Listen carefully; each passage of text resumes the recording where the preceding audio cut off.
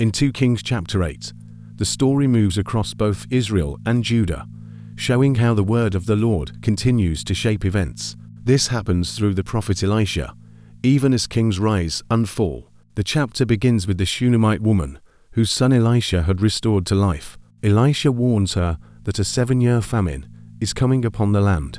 Trusting his word, she leaves her home in Israel and goes to live in the land of the Philistines. After the famine ends, she returns to reclaim her house and land. At that moment, the king of Israel is speaking with Gehazi, Elisha's servant. He's asking about the miracles the prophet has performed. As Gehazi recounts how Elisha restored her son to life, she appears before the king to make her appeal. Gehazi identifies her, and the king is amazed. The king orders that all her property be restored to her, along with the income from the land. Once again, the timing reveals God's unseen hand at work.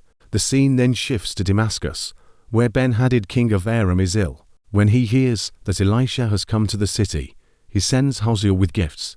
Hazael is to inquire of the Lord whether the king will recover. Elisha tells Hazael that the king will recover, but then reveals he will surely die. As Elisha looks steadily at Hazael, he begins to weep. When asked why, Elisha explains that he sees the harm Hazael will bring upon Israel. He foresees burning cities, killing young men, and destroying lives. Hazael is surprised, but Elisha tells him that he will become king of Aram.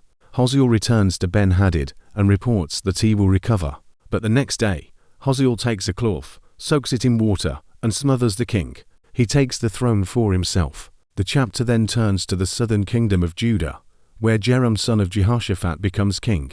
Though his father had walked in the ways of the Lord, Joram follows the ways of the kings of Israel. He marries a daughter of Ahab and leads Judah into sin. During his reign, Edom rebels against Judah and sets up its own king. Joram attempts to fight back, but is unable to regain control. The city of Libnah also revolts, showing the weakening of his kingdom. Joram reigns for 8 years and dies, and his son Ahaziah becomes king.